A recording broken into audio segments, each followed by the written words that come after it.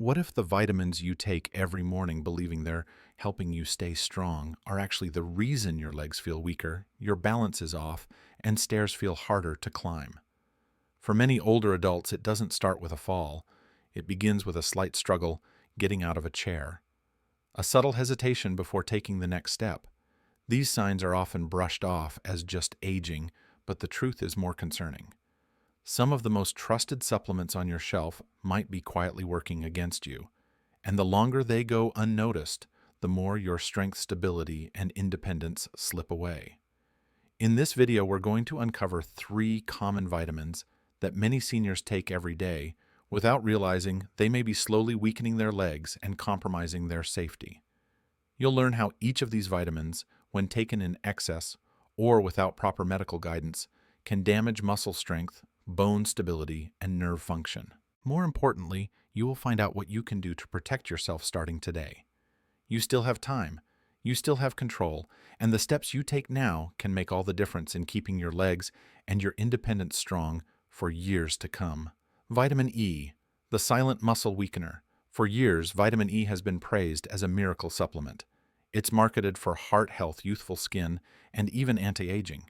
Many seniors take it daily with confidence, believing it's a simple way to stay vital. But beneath that promise lies a quiet risk that few people talk about, especially when it comes to your legs.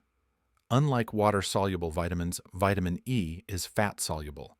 That means your body doesn't just flush out the excess, it stores it in your liver and in your fatty tissues. Over time, that buildup can begin to interfere with how your muscles function. In particular, it disrupts neuromuscular coordination, the very connection between your brain and your muscles. When this balance is thrown off, even simple actions, like rising from a chair or walking across a room, become harder. It doesn't happen overnight. It starts subtly. You feel slightly off balance. Maybe you feel more tired during grocery shopping. Maybe you hesitate before taking the stairs. You assume it's aging, but what if it's something else? What if it's your daily vitamin E? Studies have shown that taking more than 400 IU of vitamin E per day, common in many over-the-counter supplements, can impair muscle metabolism and reduce physical performance in older adults. And if you're also taking blood thinners or have circulation issues, the risk is even higher. Vitamin E can thin your blood, which increases the chance of bruising, internal bleeding, or complications from falls. Here's the worst part. There's no warning sign on the bottle, no obvious red flag. These effects build up slowly, quietly, and are often dismissed as just getting older. People often ask, isn't vitamin E good for your heart? Yes, in moderation, and when your body actually needs it, but taking it out of habit, especially in high doses, can do more harm than good, particularly after age 60. What should you do if you're taking a supplement with high-dose vitamin E? Check the label today. If it's over 400 IU, talk to your doctor. You might not need it at all, especially if your diet already includes vitamin E from sources like almonds, sunflower seeds, or spinach. Remember, strength doesn't just come from what you take. It also comes from knowing when to stop. Protect your legs by being intentional with every pill you take. Your body will thank you in the long run. Vitamin A, the bone and muscle underminer. For decades, vitamin A has been considered essential for healthy aging. It's known for supporting vision, boosting the immune system, and protecting the skin. That's why so many older adults take it without hesitation, often through multivitamins, cod liver oil, or fortified foods. But there's a side to this vitamin that rarely gets discussed. In high doses over time, vitamin A can silently erode your strength, starting with your bones and ending with your independence. Vitamin A is fat-soluble, just like vitamin E. That means it stays in your system. It doesn't get flushed out through urine like vitamin C or B-complex vitamins. Instead, it builds up slowly in your liver and soft tissues. At first, everything seems fine, but when those levels creep too high, something surprisingly easy to do when you combine supplements with fortified foods, the damage begins. The most serious threat: accelerated bone loss, especially in your legs and hips. Research has shown that high levels of vitamin A can thin bone density in the very areas that keep you mobile. If your bones are already fragile from age, even a small misstep could lead to a life-altering fracture. Something as simple as losing your balance in the kitchen or stumbling on the porch could send you into months of recovery or worse. But it doesn't stop at the bones. Too much vitamin A also weakens the muscles that give your legs power and stability. Many seniors notice that their hips and thighs feel tired sooner than they used to. They might find themselves sitting more, avoiding long walks, or feeling winded on stairs, not realizing that the culprit could be a supplement they've trusted for years. This type of fatigue is quiet. It doesn't announce itself with pain or bruises. Instead, it chips away at your activity level, your confidence, and your willingness to stay active. You may even start to adjust your life around these changes, limiting yourself more than you need to. A common question is, but I only take a little bit from cod liver oil. Isn't that natural? The problem isn't always one source. It's the total amount. When you add up what you're getting from your diet, your supplements and fortified products like milk or cereals, your vitamin A intake may be much higher than you think. What's the safe move? Have a conversation with your doctor. If you take vitamin A daily, ask whether you really need it and in what dose. If you're already eating a diet rich in leafy greens, eggs, sweet potatoes, or dairy, you might be getting more than enough naturally. You've worked hard to build a life where you can stay active and independent. Don't let something as avoidable as silent vitamin toxicity get in the way. Take control by getting informed and making smarter choices for your bones, your muscles, and your future. Vitamin B6, the nerve impairer, disguised as energy support. Vitamin B6 is often praised as a brain booster, an energy enhancer, and a must-have for maintaining focus and sharpness, especially for seniors. It's included in nearly every multivitamin marketed toward older adults. It's even found in many brain health and energy supplements. But what most people don't realize is that this so-called helper can turn into a hidden threat when taken in high doses over time. And the damage it causes isn't just about how you feel, it's about how you move or whether you're able to move at all. Unlike other water-soluble vitamins, vitamin B6 doesn't always get flushed out as easily as we think. When consumed in excessive amounts, especially more than 100 milligrams a day, which is shockingly common in many supplements, it starts to accumulate in the body and quietly interferes with the nervous system. It targets the peripheral nerves, those that help you feel the ground beneath your feet, maintain your balance, and react quickly when walking. The early warning signs are subtle. A tingling sensation in your toes, numbness in your feet that seems to come and go. Maybe your legs feel a bit off, or your steps feel less sure than they used to. Over time, these small signs evolve into something more serious. Your gait changes, your coordination fades. It starts to feel like your legs aren't fully connected to your body. You stumble more. You hesitate before taking a step. You stop trusting your own movements. And here's the frightening part. Even after you stop taking too much vitamin B6, the damage may not fully go away. Peripheral neuropathy caused by B6 toxicity can be long-lasting or even permanent. That means the nerves that help you walk, stand, and balance may never recover completely. People often ask, isn't B6 water-soluble and harmless? It's a fair question, and it's one of the biggest misconceptions. Yes, B6 is water-soluble, but in excess it behaves differently. It doesn't just pass through, it lingers and disrupts nerve signals that are vital to your movement and safety. So what's the solution? First, check your supplement labels today. Add up how much B6 you're getting daily, especially if you're taking multiple products, multivitamins, energy boosters, or brain support capsules. If you're regularly going above 100 milligrams a day, that's a red flag. Next, if you've been feeling numbness, tingling, or a decline in balance or coordination, talk to your doctor about testing for B6 toxicity. It's simple, but too often overlooked. Nerves don't heal quickly. That's why prevention is so important. Protecting your independence doesn't always mean doing more. It often means doing less, but doing it wisely. The goal isn't to fear vitamins. It's to use them intentionally based on what your body truly needs. Vitamin B6, like many things in life, is helpful in the right dose, but harmful when taken blindly. Take back control one choice at a time. Stopping a vitamin is not the whole answer. It's just the beginning. For many people, especially those of us over 60, the idea of stopping something we've taken daily for years feels unsettling. We trust our routines, we believe in them, and honestly, we hold on to them because we want to do what's right for our bodies, even if we're not fully sure it still is.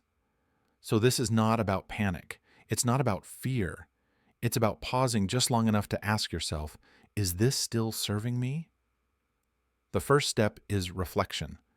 Take a moment, a real moment, to look at what you're doing every day. Not just what you're swallowing, but why. Are you taking a multivitamin because a commercial told you to? Because someone recommended it 10 years ago? Because it feels like the responsible thing to do? That reflection opens the door to awareness, and awareness is the birthplace of change. Let's break this down together. Step 1. Look at your labels, go to your medicine cabinet, pull out your multivitamins, your fish oil, your energy boosters, your memory pills. Flip them over. Look at the ingredients, not the branding, not the bold promises. Look at what's inside. Are you seeing vitamin E? How much? 200. IU, 400 IU. More vitamin A. In what form? Retinol beta-carotene. What's the dosage? Vitamin B6, is it 50 milligrams, 100 milligrams? Is it hiding in multiple products you're taking? Add it up. You might be shocked. Many seniors are consuming 2 to 3 times the recommended daily allowance of these vitamins without even realizing it, because they're spread across several bottles. And the body doesn't care that it came from natural sources or organic capsules. Too much is still too much. Step 2. Ask the right questions at your next doctor's visit. Bring your supplements with you, literally. Put them in a bag and take them to your next appointment. Ask your doctor, do I need these? Could any of these interfere with my medications? Can we check my vitamin levels with a nutrient panel and make sure you're speaking with a doctor who understands aging, not just general health? Geriatric medicine is different. It looks at the big picture, your age, your organs, your medications, your activity level, your goals. A supplement that helps a 35-year-old marathon runner might not be safe or helpful for a 75-year-old with mild kidney strain or blood pressure issues. This conversation could be one of the most important medical discussions of your year. Why? Because correcting an unnecessary vitamin habit is a simple, low-risk, high-impact move that can protect your legs, nerves, and balance. Step 3. Switch to whole foods first. There's a reason nature packaged nutrients inside real food. Whole foods deliver vitamins in harmony with fiber enzymes and other compounds that help your body absorb and regulate them properly. Supplements, in contrast, often deliver nutrients in concentrated, isolated forms. Your body isn't designed to process in high amounts, especially not for months or years on end. If you want vitamin E, reach for sunflower seeds, almonds, spinach, and avocados. If you need vitamin A, eat colorful vegetables like sweet potatoes, carrots, and leafy greens. And for vitamin B6, try bananas, chicken-fortified cereals, and whole grains. You don't need to become a nutritionist overnight. Start small. Replace one capsule with one conscious food choice. One bowl of spinach, one sweet potato, one handful of nuts. Let your plate become your medicine gradually, naturally, and with joy. Step 4. Track changes. With a 7 to 14 to 30-day plan. Change is powerful, but it also needs structure. That's why we recommend a simple check-in system. Day 1. Inventory your supplements. Make a list. Mark which ones have vitamin EA or B6. Day 7. Talk to your doctor. Ask for feedback. Request blood work. Get clarity. Day 14. Begin tapering under supervision if needed. Replace with whole food options. Day 30. Reassess. How are your legs feeling? Your balance, your energy, are the tingling sensations still there? Are stairs easier? Are you sleeping better? Don't expect a miracle. Expect awareness. Expect progress. Expect to feel more in tune with your body because you're finally working with it, not guessing. Step 5. Rebuild trust with your body. One of the most damaging things about slow decline is that it eats away at trust, not just in others, but in ourselves. We stop believing our body will respond. We begin to fear movement. We question our ability to do the things we used to take for granted. But the truth is, your body hasn't given up on you. It's been signaling to you gently, persistently, through fatigue, discomfort, instability, imbalance. These aren't just problems. They're messages, invitations to listen, to slow down, to make a new choice. You can rebuild trust with every step, with every meal, with every smart decision that respects your body's changing needs. And that trust, that sense of partnership with your body, can become the foundation for a more confident, mobile, and independent life moving forward. Step 6. Let go of guilt. Embrace empowerment. You did the best you could with the information you had. Maybe you took those vitamins for years. Maybe they even helped for a time. That doesn't make you wrong. It makes you human. This isn't about beating yourself up. It's about stepping forward with better understanding. Health is not perfection.